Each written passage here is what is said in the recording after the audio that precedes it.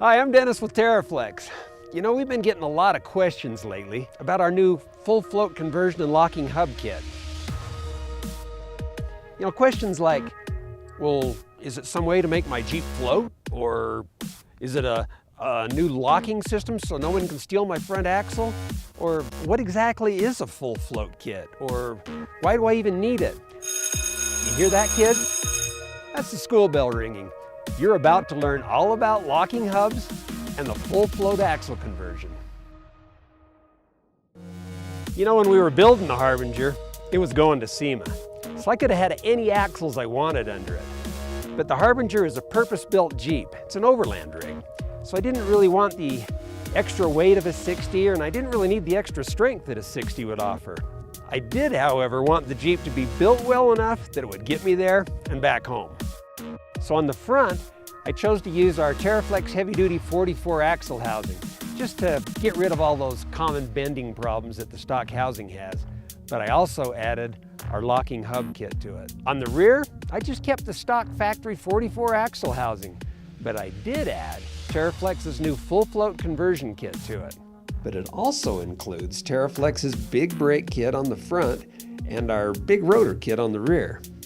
The vastly improved stopping power is just yet another benefit of doing the conversion.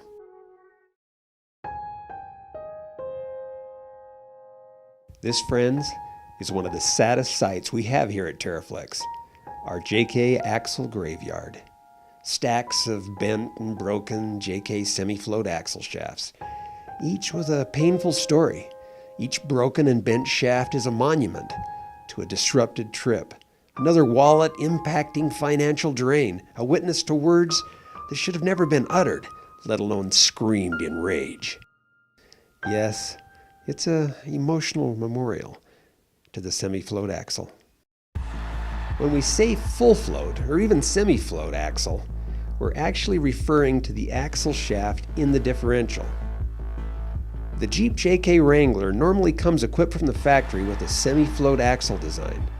The semi-float axle uses a single bearing that's pressed onto the shaft. The design tasks the axle shaft with carrying all of the Jeep's weight, in addition to its rotating the tire for forward motion duties. Now that's a lot to ask of a 30 or even a 32 spline axle shaft. And that's exactly why they're so prone to bending.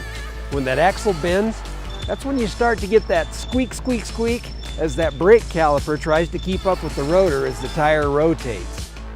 It's common. If you've heard it, you know what it is. With Teraflex's full float axle design, 100% of the Jeep's weight is carried by a 4140 chrome moly spindle that uses two 3/4 ton truck bearings.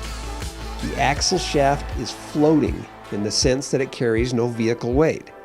With no weight on the axle shaft, a bent shaft or a wobbling tire are now a thing of the past. High-speed impacts, low-range binding, and large tire leveraging are no longer a concern. Now to review, a full float axle is one that carries no vehicle weight. Remember, the original equipment axles use a single axle bearing that's pressed onto the shaft to support the weight of the Jeep. The Teraflex full float kit uses two off-the-shelf, zero-maintenance, oil-bathed 3/4 ton truck axle bearings that spread the load across a nearly indestructible 4140 chrome moly spindle. That spindle carries all the weight of the Jeep, not the axle shaft. In fact, the axle shaft can be completely removed with the Jeep sitting on the ground. Now that being said, the 4140 chrome moly axle shafts that are supplied with our full float conversion kit are in and of themselves a substantial upgrade over the stock axle shafts. When all of the vehicle weight and side loads are removed from the axle shaft, you have just vastly decreased the axle's failure rate.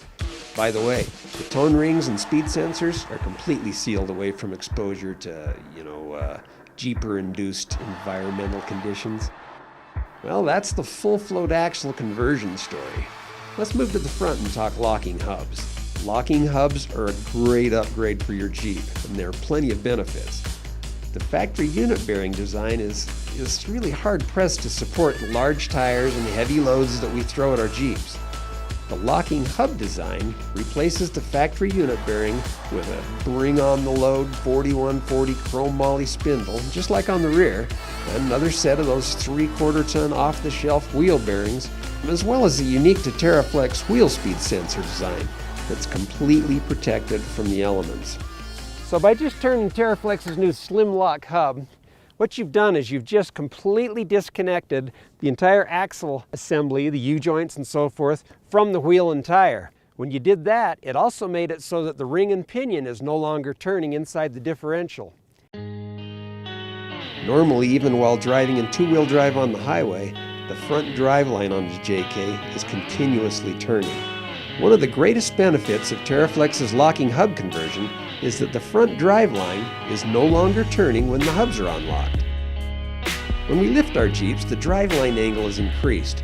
That steep angle at high RPMs generates a lot of heat and wear and tear on the driveline's U-joints or factory Rosetta joints. You just got through eliminating a lot of fuel-consuming resistance. You know, when we were designing the locking hub conversion, we determined that the locking hub assembly was too large to fit in a 5-on-5 bolt pattern. What that says is on a JK, you've got 5 wheel studs and they're in a 5-inch circle. It at least needed to be 5-on-5.5. Well, if you're gonna buy new wheels, let's go big. The massive 8-on-6.5-inch bolt pattern is strong and allows for massive 3/4 ton wheel bearings and huge 9/16-inch wheel stubs and off-the-shelf components in the kit. We've all been there. That sickening pop, followed by every head in the Jeep turning and looking at you and asking, what was that? Was it the ring and pinion? Was it an axle joint? Maybe even your driveline came apart. How are you gonna get it home without doing some major surgery? If you drive it home like it is, you could do further damage. It's easy. Just turn out the TeraFlex locking hub. With that hub disconnected, your axles are no longer connected to the wheel and tire, so they're not turning. If your axles aren't turning, your ring and pinion isn't turning, and your driveline isn't turning. It's not a problem any longer. You can drive home with confidence that you're not going to be damaging any parts. The kit will eliminate some very common trip-ending parts failures.